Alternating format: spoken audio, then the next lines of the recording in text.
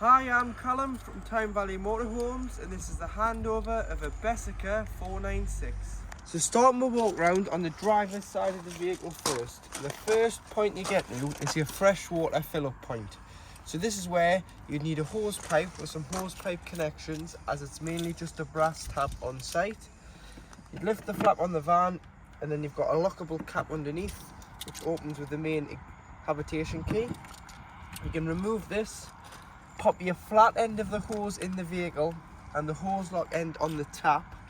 You can either get an expandable hose or just a normal one, it's entirely up to you, and fill the vehicle until it either overflows, which means you've got a full tank, or you can check the gauge on the control panel to see how much water you've got in your tank at any one time.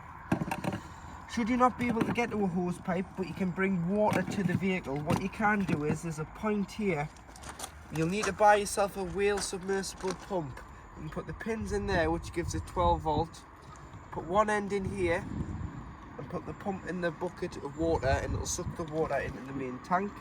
That's more if you're wild camping. And then underneath you do have your fresh water drain off point, so you just need to spin it down. Can't see one.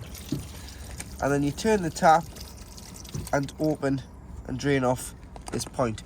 In the winter, you want to make sure that this is fully drained off so that no water is left on board and could freeze.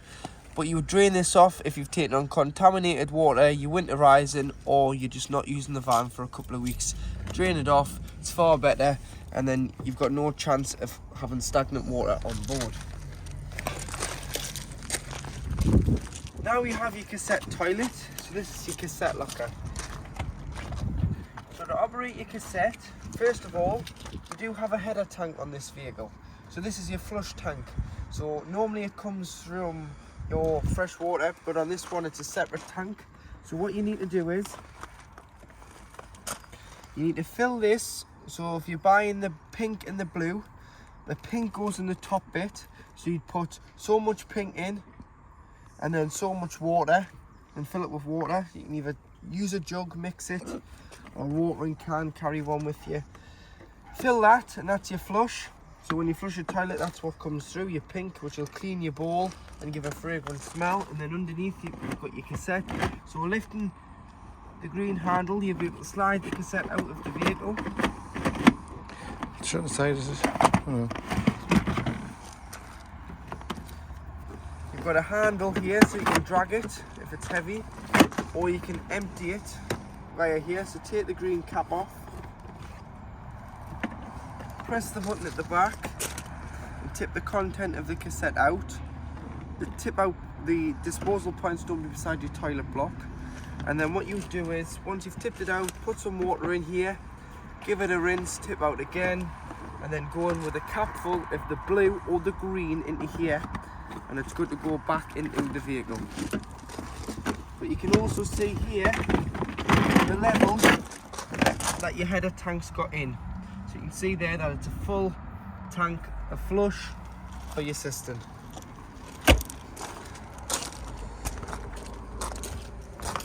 Here you do have your 240 volt hookup point. So to hook the vehicle up, you get your hookup blade, lift the collar, expose the end and slide it straight on here. Hook the motorhome up first, then the power source, and do it in reverse order when unhooking. And you also do have an external TV point, so if you were on a super site and you carried the length of coax, you can connect to their aerial instead of using the aerial on the top of the motorhome. That's just if you're struggling to get a signal, their aerials can sometimes be better.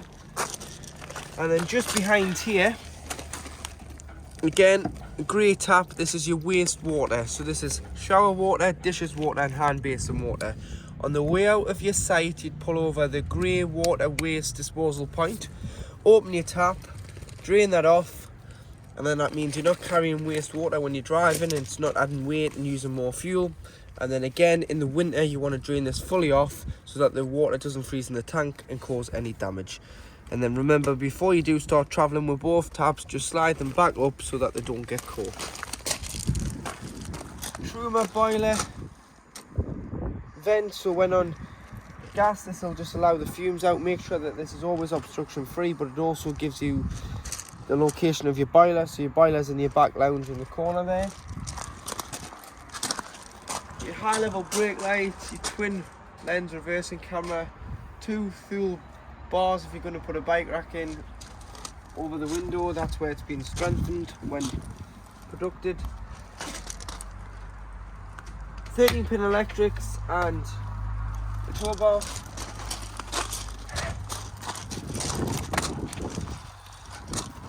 Storage underneath here, and then underneath this compartment that's in there is where your leisure batteries live.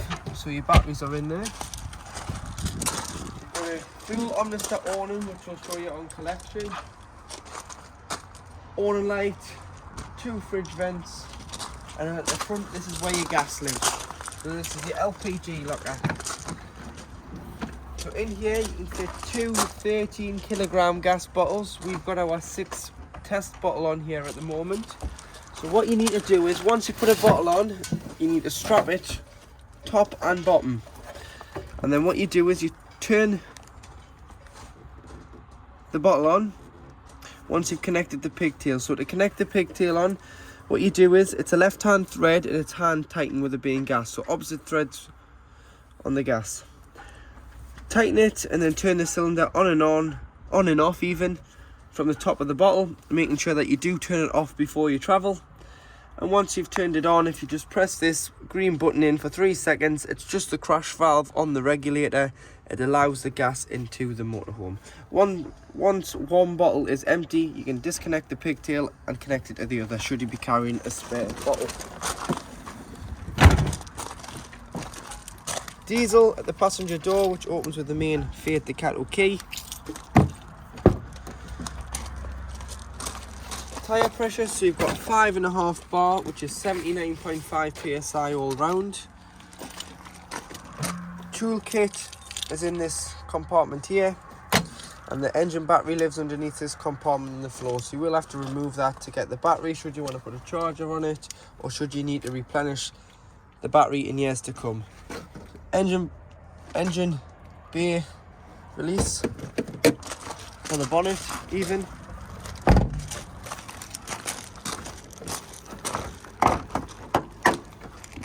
And then underneath the bonnet, you do have all your fluids to the left-hand side. So screen wash in the corner, which is the main one you're going to need. Then release these 2 tabs and you can get your power steering fluid and your coolant. You've got your brake fluid, your oil and your oil dipstick. Paint codes on this chrome sticker here. Weight plate, so 4,250 kilograms gross vehicle weight. 6-ton train weight, so whatever you towing, motorhome and whatever you towing can't exceed 6-ton combined weight. An earthen point, because the battery is underneath the cab floor. And then between the air filter and the headlight, pop your key into here, lift this up. This is your positive terminal for giving or receiving a jump start. So to operate your control panel, this is your 12-volt control panel. So first of all, if you are hooked up to mains, you'll have this light here, which is off the post and on the back of the van, which means you're receiving 2 30-volt. If you didn't have this light on, you are only receiving 12-volt. Pressing this light, this button even here, will turn on your cabin lights, which is the master switch for all the switches which are located around the motorhome. You can press view levels and you can view your leisure, your vehicle, your waste and your freshwater readings. To operate the water, you need to turn on the water pump to pressurise the water to the taps, toilet, shower, otherwise you'll not get anything through these. So you need to put the water pump on, and then you do have frost protect, which is a button here which will put a current through the freshwater and wastewater tanks underneath the vehicle. Should we be experiencing colder temperatures overnight, turn them on and it'll stop the water from freezing. So to operate your Truma digital control panel, to turn the unit on and off, you've just got to press and hold. And then to get into the menu, if you just press once and then you can go through your settings. So in the top left hand corner, you've got a motorhome with a thermometer in that's flashing. This is how hot you want the inside of your vehicle to be.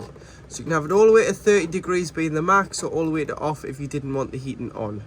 So for this, we'll just say 30 degrees, and then you'd press enter, and that presets the thermostat. Next one, you've got your water. So if you don't have any water on board, then you would have it on off, because it's like boiling a kettle without any water in. You're going to burn the element out, so you'd have it off. Eco is equivalent to 40 degrees if heating your water, and hot is equivalent to 60. Or you can have it on boost, which will turn off the heating and prioritize the water first. So for this, we'll just say hot, which is 60 degrees if heating your 10 litre water capacity in your boiler. Moving on, you do have your energy source. So you've got gas if you're wild camping, as you'd have no other source to heat your water or your vehicle. You've got mix 1, which is 750 watts of electric and gas. You've got mix 2, which is 1500 watts of electric and gas. You'd use this more if you're in desperate need of heating your vehicle in the winter or water, as both sources together reduces the time it takes to heat the vehicle or your hot water. And then you do have electric, so you have EL1, which is 750 watts of mains power, and EL2, which is 1500 watts of mains power. So depending on the site and the amperage they give you will determine whether you use EL1 or EL2. So EL2 mostly in this country, EL1 on smaller CL sites and abroad. So for this, we'll just say EL2, because you wouldn't want to waste your gas. Fan in the top right, so this is just a 12 volt assisted fan, so you can have it on eco, which is a smaller feed of 12 volt, or you can have it on high, which will use all the fan speed to blast the heat around the vehicle. At the bottom in the left hand corner, you've got a timer, so you can time it to come on and off just the once.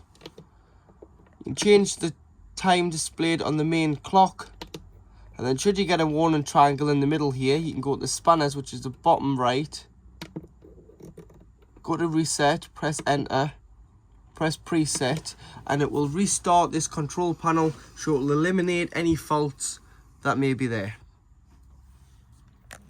So to operate your Dometic fridge with freezer box, you've got your on off button, which is this one here. So if you press and hold, you can turn the fridge off if you're not using it, or on when you are. You've got three sources, so you've got a picture of a plug, which is 230 volt. So when you're hooked up, the fridge will act as a household fridge on mains power. You've got gas, which you'd use if you were wild camping and didn't have any electric. And you do have the picture of the battery, which isn't your leisure battery. It's a 12 volt feed off your engine alternator when the engine is running. So the fridge has to be down to temperature before you use this setting. Otherwise, there's no real benefit to this. So you would either pre-chill it at home beforehand. A couple of days before, what you'll want to do is you want to hook the van up, allow the leisure batteries to charge, but you want to switch your fridge on. Switch your fridge on and allow that to chill by itself for a day. And then the day before, put your shopping in, allow that to chill down. And then when you press this one, which is the battery, when the engine's running, it'll act as a cool box and it'll keep the shopping nice and fresh until you arrive back on site and either press hook up or you go wild camping. And you can use this when moving from site to site, but you've got this setting here, which is quite a useful setting, which is A. A stands for automatic energy selection. So what that does is it picks the best source available to the motorhome at any one time. So at the moment we're hooked up and we've got the gas on. It knows not to waste the gas, so it's gone to hook up. If I was to start the engine, it would switch over to 12 volt without us needing to touch the fridge. But please note, it does wait 20 minutes before lighting on gas, because if you've left your gas open and you've stopped to fill the vehicle with diesel, the last thing you want is your fridge lighting at the petrol forecourt. So what it does is it waits 20 minutes. So all you need to do to override this is press the gas itself. This side you've got your temperature, so you can select your temperature, 5 obviously being the coldest.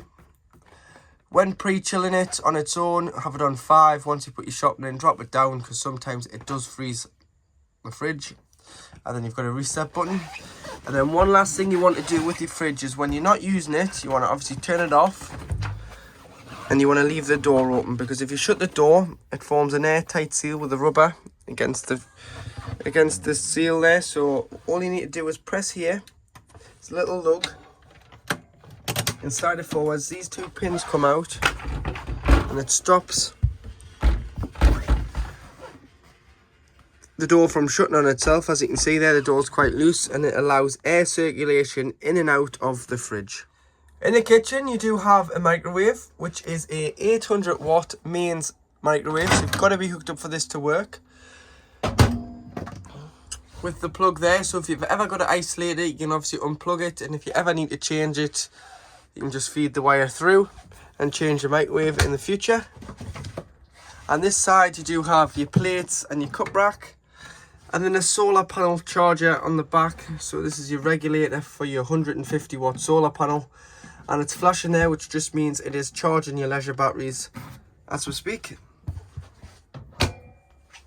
In the kitchen, you do have one electric hot plate, which is the back one, which is on mains power. So again, got to be hooked up for that to work. And it's this one here. And then you do have gas. So there's one. There's another.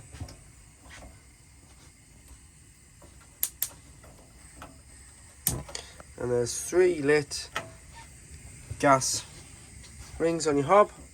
Once you've turned these off, if you do allow them to cool, same with the electric hot plate, before putting the glass cooker hood down. Otherwise, you can sometimes shatter it with the heat if it's too hot. Underneath, you've got your grill. And then underneath the grill, you do have an oven. You may just want to take your grill pan and oven shelves out when travelling, as it can cause a little bit of vibration, or wrap them up in tea towels. Storage underneath with the plug for your electric hot plate. So again, if you've got any problems with the electric hot plate, all you need to do is unplug that.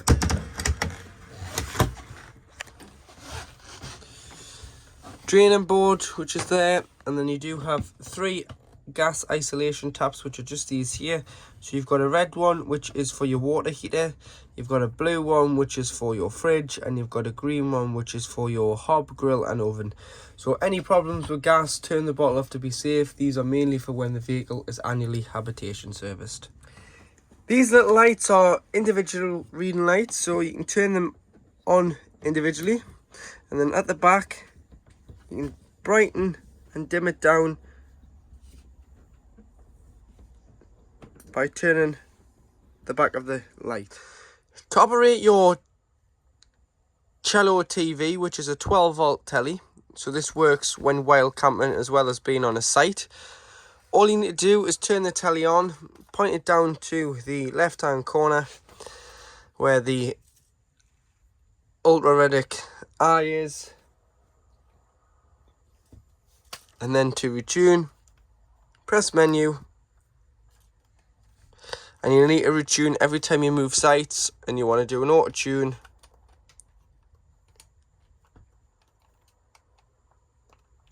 Then it'll ask you what country you're in, UK in the bottom right hand corner, and it'll start and it'll find as many channels as it can in your area.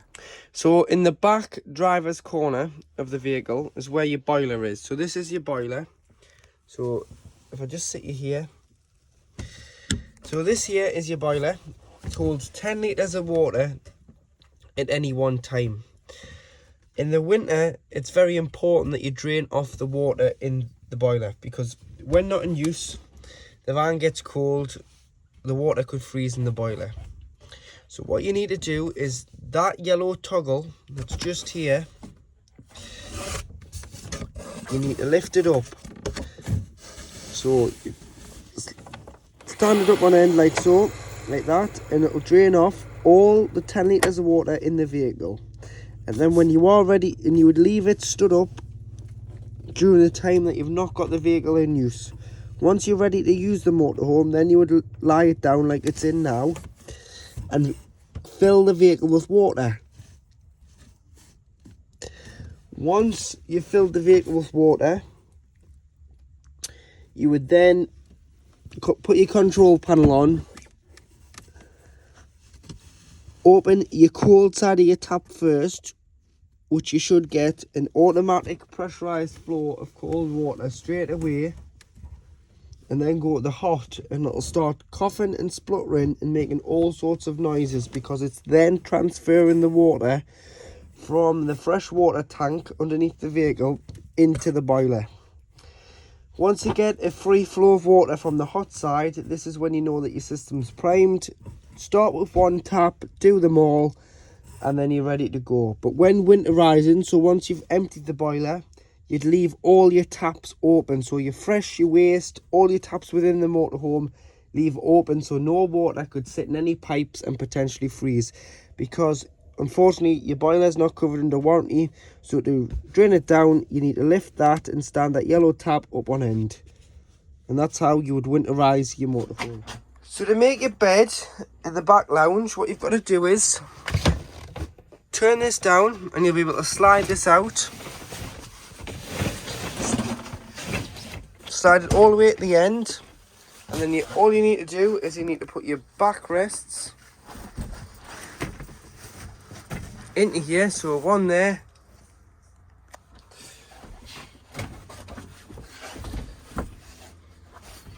slide your base cushion forward, and then the infill cushion here, which is in this bag, can either go in the middle here or along one of the ends towards the window.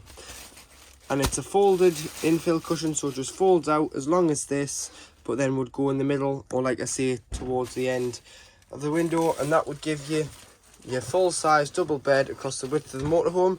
You can take the back cushions out as well to give you extra width, so it's kind of like your king size when you take them out, apart from being a double like it is now. In your wardrobe, you do have your TV aerial. So at the back, this is your TV booster, and you've got a Max here, so you can amplify the signal. So should you be receiving a poor signal, you can amplify it, and should it still be pixelated with it on max, just drop it down until you get the perfect picture on the telly. If you're still struggling, you can then adjust your aerial. So to adjust it, loosen the nut off, push the stem up out the roof of the van, and use the toggle to direct the aerial, and what that'll do is it'll turn and tilt the aerial until you get the perfect picture. But look where your other motorhomes and caravans are pointing on site, and you should get a good enough TV reception. This is your wardrobe, and then at the bottom you've got your EC400 unit. So this black button here is your power supply system shutdown button. So should you be wanting to park it up in the winter and not get a 12 volt power drain, you can just press this button and it will shut off the leisure battery. Underneath you've got all your 12 volt fuses, which are listed here, what does what, so do carry some spare blade fuses. And then this side you've got your trips and MCBs, so check here before you try your site if you've tripped either the vehicle or the site. And you've got all your charger, your heating and hot water, and your spare on electric. So just leave these will just turn themselves on and off when hooked up. Obviously heating and hot water then does work on gas, but make sure these are always pushed in and lit up when on hookup. Otherwise obviously heating and hot water won't work on the electric side, and your charger, which charges your leisure battery, won't work either. So just leave them as they are now and forget about them. Just make sure you haven't caught them. In your double dinette, underneath your forward facing seats, you do have some storage, but you've also got the pipe that comes in for your fresh water, your pump, which you can turn on from your control panel, which pressurizes the taps, toilet and shower, and you've got your battery charger there, which charges your leisure battery. So now in the washroom, to operate your toilet, but first of all we'll talk about your shower screen. You've got a turnbuckle at the top there, so if you loosen that off, what happens is, and the one at the bottom, that'll cover the toilet when you're using the shower. And your shower is just formed of your head of your hand basin tap. So just pull that up and click that on there. When winterizing, if you just unscrew the shower hose from the head, pull it out and leave the hose lying down in the tray with the mixer tap open, that'll just allow any water that's sitting in this pipe to not freeze over the winter. And then it just slides down into here, so it retracts into the stem of the tap. It can be used as a hand basin tap. 2 toiletry holders racks there, or should I say 3, and a toothbrush holder. And then getting on to using your toilet. So to operate your toilet, obviously make sure your pump's on, and you'll be able to press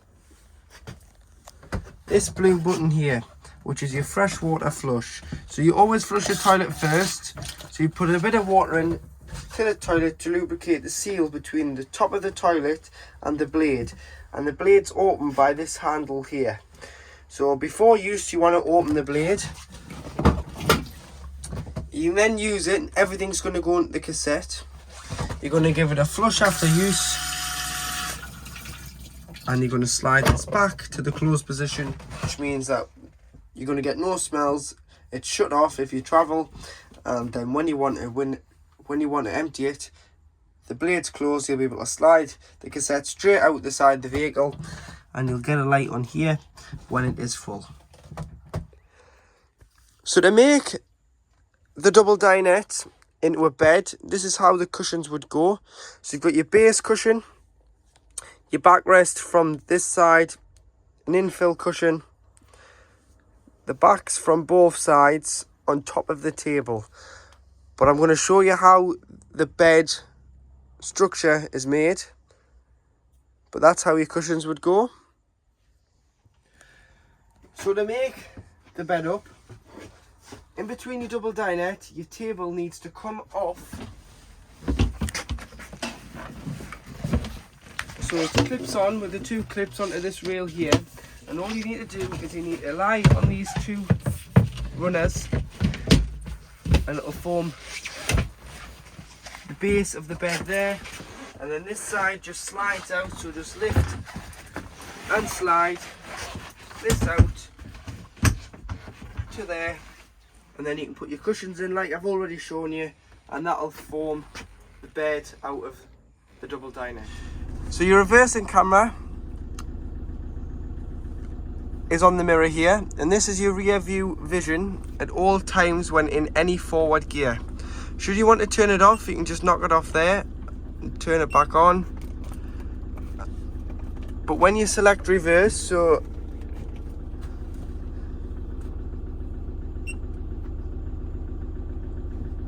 you'll get this vision as well by pressing V1, V2, and you can see out the back when reversing as well as driving forward.